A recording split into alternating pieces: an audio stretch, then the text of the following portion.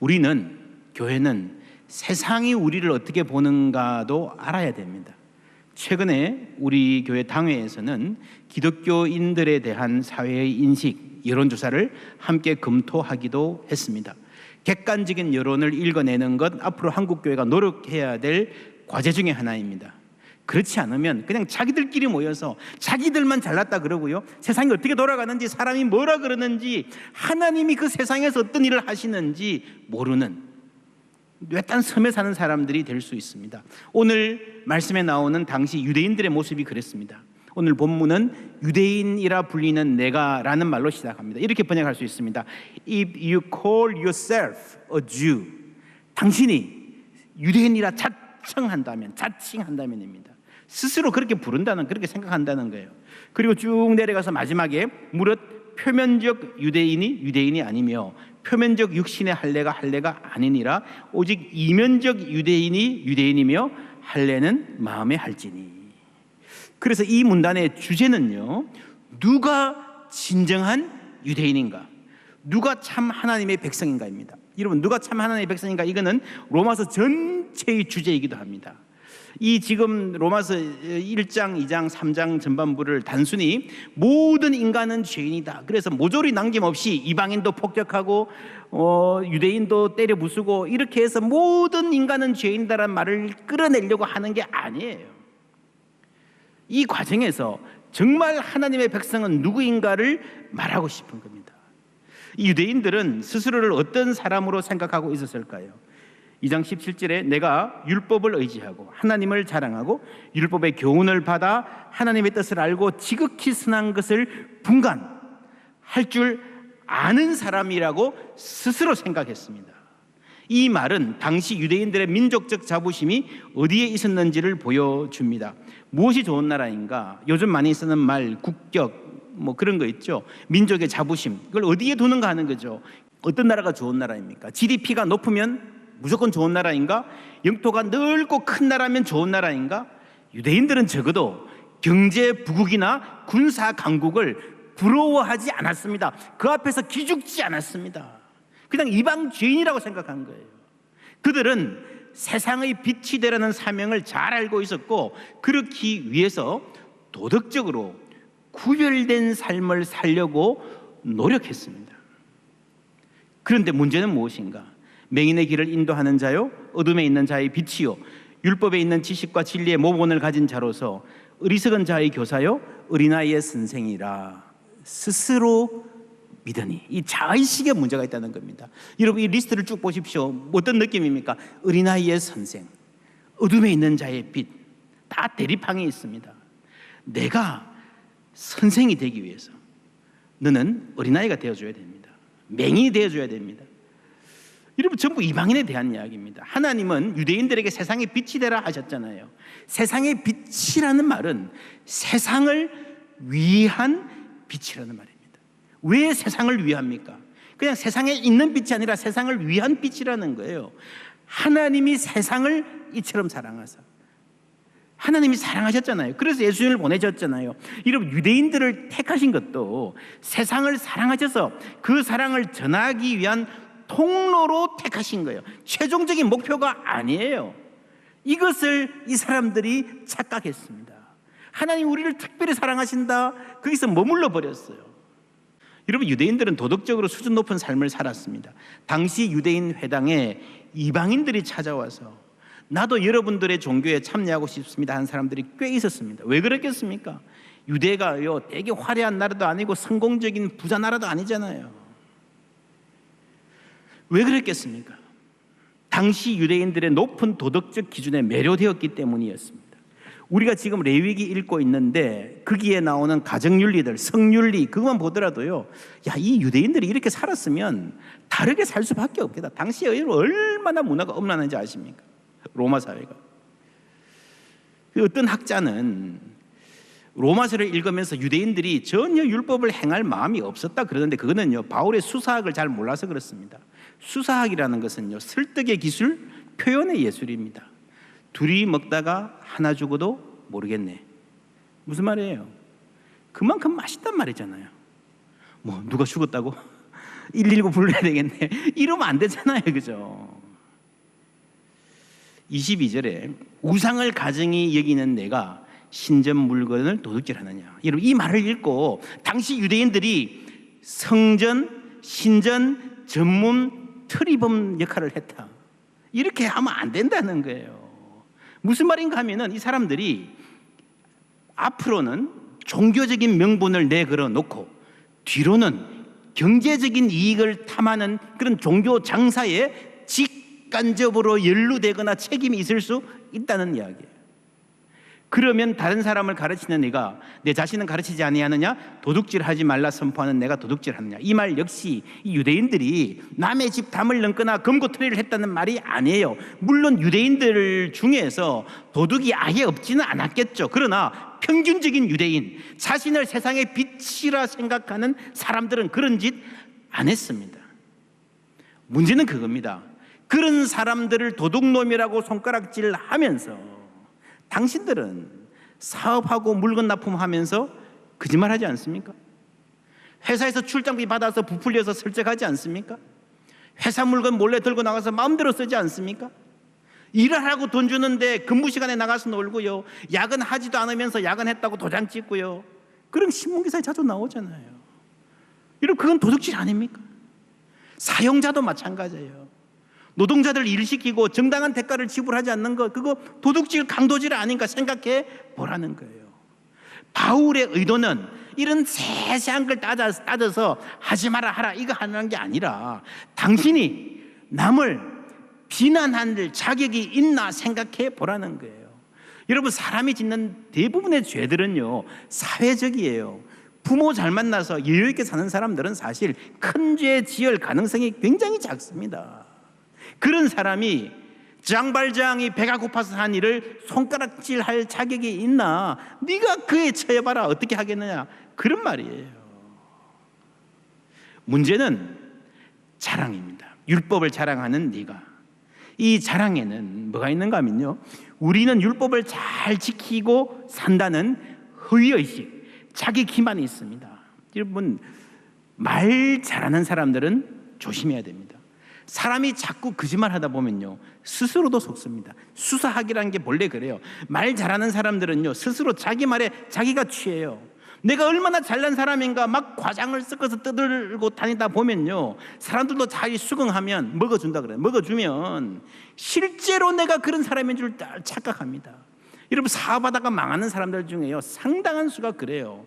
큰 실패 뒤에 작은 성공이 있어요. 작게 성공하고 나서 사람들이 대단하다 대단하다 그러니까 진짜 대단한 줄 알고 무모하게 사업하다가 완전 망하잖아요. 자기 말에 자기 생각에 스스로 취하는 겁니다. 많은 사람들이 그런 말 하잖아요. 인간의 말에는 독이 있는 것 같아. 맞습니다. 그런데 그 자기 말의 기운, 자기 말의 독에 가장 심각하게 취하는 사람은요 스스로예요. 스스로. 자기 말에 자기 생각에 정신이 혼미해지는 거예요. 스스로 대단한 진리를 소유하고 있다는 듯이 착각하는 거예요. 로마서 2장은 이렇게 시작했습니다. 남을 판단하는 사람아. 13장에 가면은 똑같이 남, 헤테로스라는 말이 나와서 남을 사랑하는 자는 율법을 다 이루느니라. 로마서는 일부러 남이란 말을 앞과 뒤에 같이 쓰고 있습니다. 남은 판단하지 않고 사랑해야 할 이웃이라는 말입니다. 여러분, 우리가 어떻게 세상에 빛이 됩니까? 내가 잘나서, 내가 탁월해서 그걸로 빛이 되는 게 아니에요. 여러분, 세상 사람들은요 그냥 잘난 사람 좋아하지 않아요. 저 사람은 달리 흠잡을 데는 없는 것 같은데 가까이 가면 숨 막혀.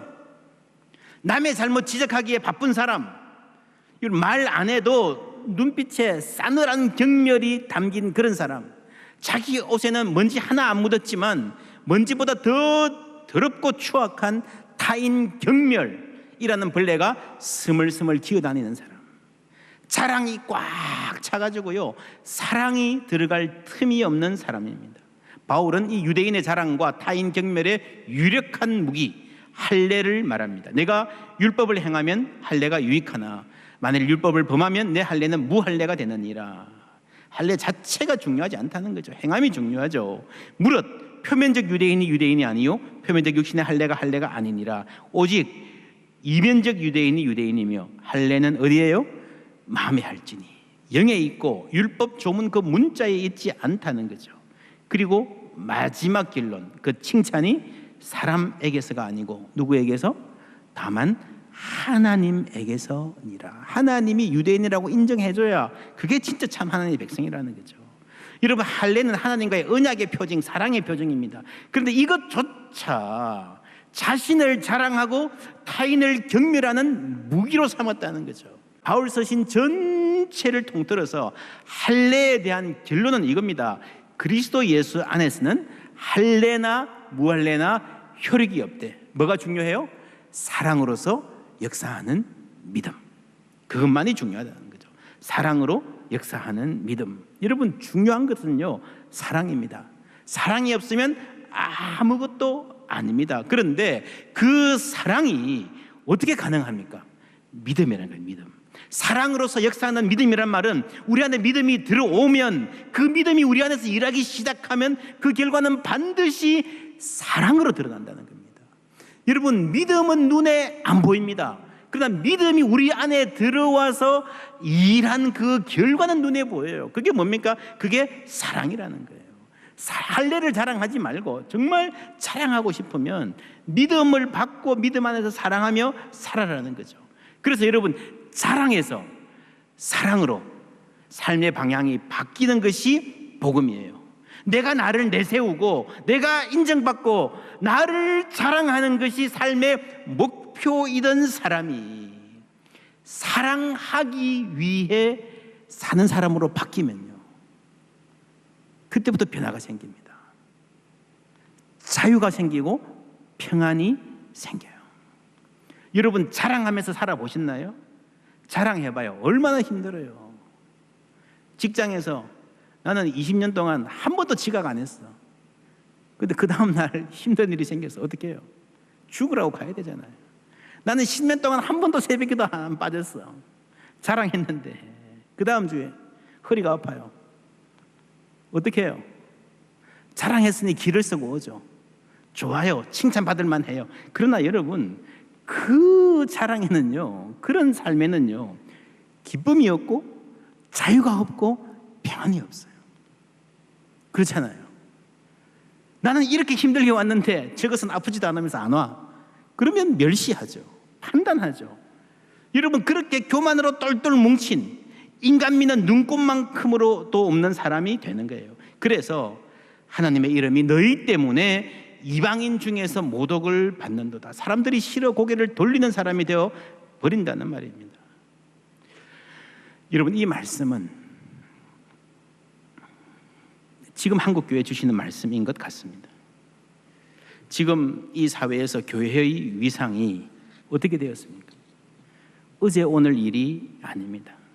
코로나19 때문에 드러났지만 오랫동안 진행되어 오던 일입니다. 지난해 우리 교단 총회가 끝나고 나서 그날 저녁 뉴스에, 그 다음 날 신문에 보도되던 교회의 모습 기억하십니까?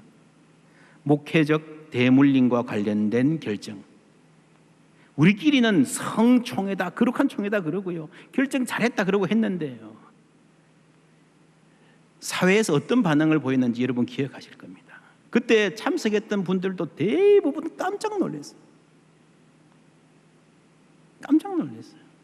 여러분, 진보적인 언론과 보수적인 언론을 막론하고 한 주제에 모든 언론들이 이렇게 입을 모아 비판하는 일은 한국 사회에서 드문 일입니다. 여러분, 혹 우리가 세상에서 손가락질 당한다 하더라도 그것이 선을 행하다가 의로운 일로 핍박받는 일이면 괜찮습니다. 감사한 일입니다. 여론이 절대적인 건 아니에요. 그런데 그 질문에 대답할 수 없다면요, 우리는 근본부터 다시 생각해야 됩니다. 9월 21일에 우리 교단총회가 비대면으로 열립니다. 하나님의 이름이 너희 때문에 이방인 중에서 모독을 받는도다 하는 일이 다시 일어나지 않도록 기도해 주시기를 부탁드립니다. 한국교회에 희망이 있을까? 질문하게 됩니다. 여러분, 하나님의 이름이 너희들 때문에 모독당한다, 이 말씀은요, 이사야 52장, 에스겔 36장 이 두 군데서 함께 가져와서 인용하는 글입니다. 이사야 52장에 보면 5절에서 여호와께서 말씀하시되 그들을 관할하는 자들이 떠들며 내 이름을 항상 종일토록 더럽히도다. 바벨론 이야기입니다. 6절, 그러므로 내 백성은 내 이름을 알리라. 그러므로 그날에는 그들이 이 말을 하는 자가 나인 줄 알리라.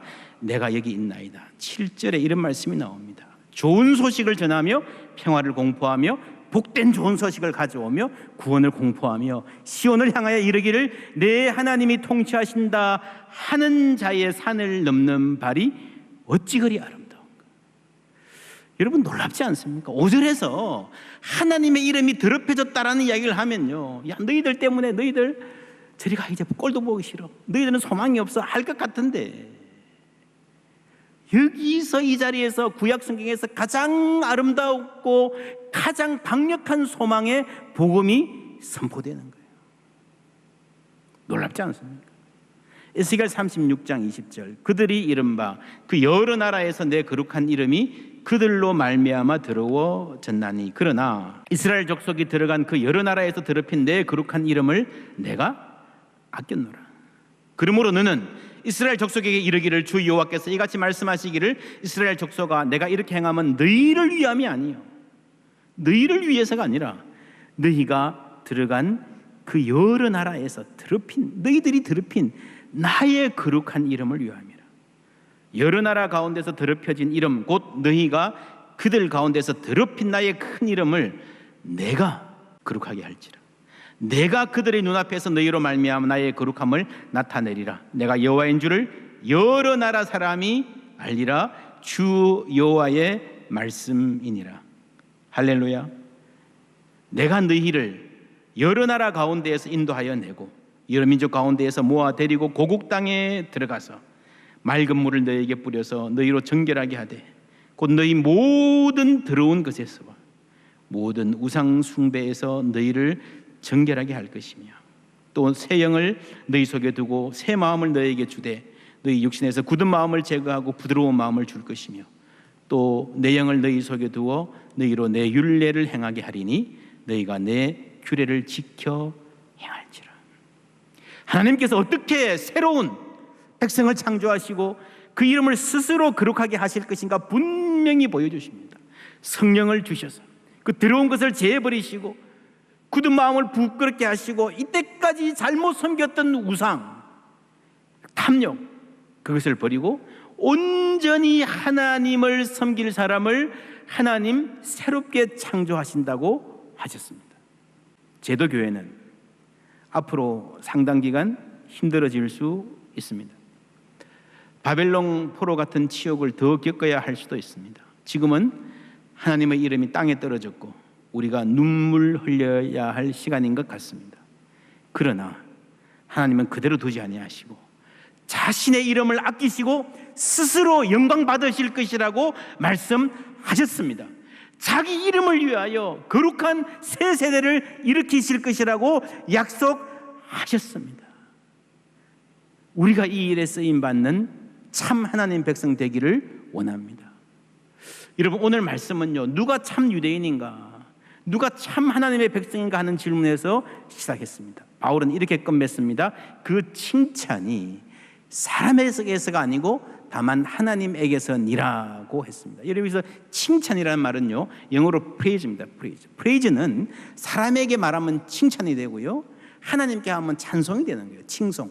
사람을 칭송하고 하나님을 칭송하고 칭찬하고 찬송하고 이 같은 말입니다. 창세기의 하이라이트가 49장 기억하십니까?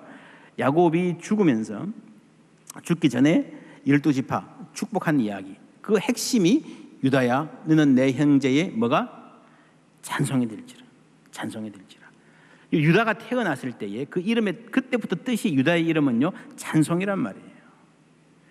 이 말은 유대인들, 이 유다의 자손들이 사람들에게 칭송을 받고 그 자손들 때문에 사람들이 하나님을 찬송하게 될 것이라는 축복이었습니다. 여러분, 유다 지파 다윗이 역사의 전면에 등장했을 때에 사람들의 반응을 생각해 보십시오. 골리앗이라는 그 거구 앞에서 이스라엘 전체가 얼어붙어서 바들바들 떨고 있을 때에, 왕조차 속수무책인 그 시간에 여러분 다윗이 나와가지고요 민족을 위기에서 구했잖아요. 그리고 긴 광야 생활을 신실하게 잘 버텨내고 마침내 이스라엘 왕이 되었을 때에, 그리고 그 이전에는 이 나라가 늘 외적의 침입에 시달리는, 여기서 터지고 저기서 두들겨 맞고요 보따리 사서 피난 가기 바쁜 나라였는데, 그 주위 모든 나라들을 다 제압하고 중심에 우뚝 섰을 때에, 그리고 그 왕이 인자와 자비로 선한 정치를 펼쳤을 때에 사람들은 다윗을 칭송하고 다윗에게 희망을 발견했습니다. 뿐만 아니라 유다야, 너는 내 형제의 칭찬, 찬송이 될지라. 유다 자손 다윗 때문에 사람들이 하나님을 찬송했습니다. 이 예언의 축복의 말씀은 유대인들의 자부심의 핵심이었습니다. 바울은 그 유대인의 자부심을 되새기는 것입니다. 그 칭찬이 사람에게서가 아니고 다만 하나님에게서니라. 너희들이 핏줄 자랑하고 너희들 지금 현재 상태 아무리 잘났다 해봐야 그거 소용없어. 하나님이 인정하시고 하나님이 칭찬하셔야 되는 줄 믿습니다. 하나님의 기준으로 우리는 자신을 돌아보아야 돼요. 그리고 하나님이 우리를 칭찬하신다면 우리는 하나님의 찬송이 될 것입니다. 이게 유다 자손에게 약속하신 축복입니다. 사람들이 우리 때문에 하나님을 찬송하게 되는, 저 사람들을 보니 하나님이 정말 훌륭하시다, 위대하시다, 선하시다 하는 그런 존재가 될 것이라는 말입니다. 바로 이 사명이 오늘 우리에게 주어졌습니다. 에베소서 1장 12절 말씀, 이는 우리가 그리스도 안에서 전부터 바라던 그의 영광에 뭐가요? 찬송이 되게 하려 하십니다. 찬송이 되게 하려 하십니다. 창세기 49장에서 나왔던 그 유대인의 쭉 이어지던 자부심이 이제는 우리까지 온 거예요. 전부터 바라던 그 영광. 여러분, 다윗이 하나님께 찬송이 되는 삶을 살았지만 그는 예고편일 뿐이었습니다. 본편은 그리스도예요. 여러분, 지금 세계에 얼마나 많은 사람들이 그리스도를 찬송합니까? 그리스도 때문에 하나님 아버지를 찬송합니까? 하나님의 영광의 찬송이 되신 분이 그리스도입니다. 더 놀라운 것은 그리스도 안에 있는 우리도 그리스도처럼 영광의 찬송으로 삼으셨다는 겁니다. 우리가 이 사명 받들기를 원합니다. 사람들이 우리 때문에 하나님을 찬양하게 될 날, 우리가 함께 바라보며 성령의 능력을 의지하여 정결하게 서는 교회, 성도들 되기를 바랍니다. 주님께서 함께 하실 줄 믿습니다. 다윗도 말했습니다. 내 영혼을 소생시키시고 자기 이름을 위하여. 뭘 위하여요? 자기 이름을 위하여 나를 의의 길로 인도하시는도다 했습니다. 여러분, 하나님의 이름은요, 하나님 스스로 아끼실 것입니다. 스스로 높이실 것입니다. 우리가 그 일에 쓰임받는 정결한 새로운 세대 되기를 원합니다. 여러분, 우리에게는 소망이 없습니다. 우리에게는 힘이 없습니다. 엎드러져 있습니다. 지금 다윗도 그랬습니다. 그래서 한 말이 내 영혼을 소생시키시오. 할렐루야. 소생이란 말이 무슨 말이에요? 죽은 거나 마찬가지라는 말이에요. 꼼짝할 수 없는, 힘없는 상태라는 거예요. 그런데 하나님이 내 영혼을 소생시키시오. 주께서 우리 영혼을 소생시키시고 우리의 발을 의의 길로 인도하셔서 하나님 이름 높이는 참 백성 삼아주시기를 간절히 소원합니다.